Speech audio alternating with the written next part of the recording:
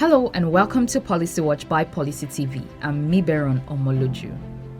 In our last episode, we spoke about why Nigeria still cannot sustain 24/7 electricity, why the grid keeps failing, and why most Nigerians still live with darkness. Today, I want to talk about something even closer to home. How this unreliable power supply is actually hurting our businesses and public services. Now, a recent World Bank survey showed that Nigerian businesses spend far more on electricity than their counterparts in other countries because they rely on expensive alternatives like diesel. Some firms spend as much as 10% of their total revenue on power alone.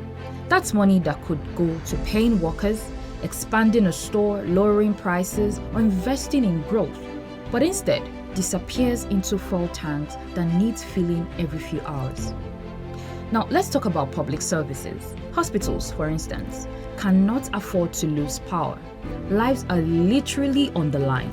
Equipment like incubators, ventilators, X-ray machines, lab refrigerators, and even lighting in emergency rooms all depend on electricity.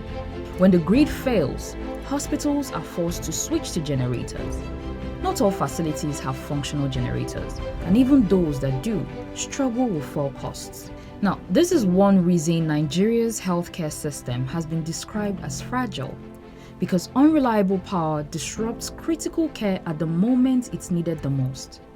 Ambulance services also face the same reality.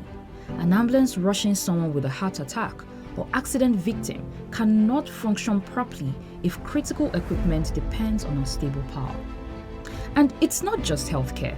Schools, especially boarding schools or computer centers, lose valuable learning time because there's no power to run lights or digital equipment. Small factories that might employ dozens or hundreds of young people have to fire up generators, eat into their profits, or in some cases, shut down operations temporarily because they can't sustain operations. So, if this is the reality, what is the economic cost? It's huge and it's everywhere. According to an analysis, unreliable electricity not only increases production costs, but leads to loss of business opportunities, makes goods pricier, and harms Nigeria's ability to compete regionally. Some studies suggest that Nigerian firms lose about 7 to 8% of their potential outputs because of unstable power, meaning goods aren't made, jobs aren't created, and growth is stifled. Now, let's talk about what needs to be done about this. How about we start prioritizing and scaling up localized and hybrid energy systems for business, clusters, and public services? Now, let me explain what that means in simple language. Instead of waiting for the main grid to magically become perfect overnight, we should be encouraging shared power solutions for areas where people live and work. These are medium-sized solar or hybrid plants that serve entire markets, business districts, hospitals, and government institutions. They are not just individual generators for one person. They are shared, regulated energy hubs powered partly by renewable energy like solar and partly by conventional means when necessary. Governments can encourage this through incentives like tax breaks, low interest loans, and clear regulation so private companies can invest in these shared systems without fear. A market, for example, where instead of each shop running its own generator, is powered by a local power hub that provides reliable electricity for all, or a cluster of hospitals sharing a solar plus battery plant that keeps critical services running even when the grid goes down.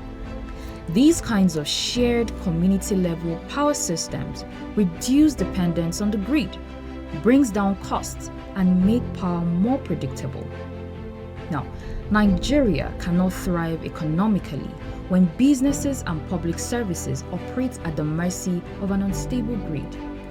But by building localized power solutions that link solar, storage, and smart distribution, we can begin to reshape the experience of electricity in our country. I'm Miberon Omoloju, and this has been Policy Watch. Thank you for watching.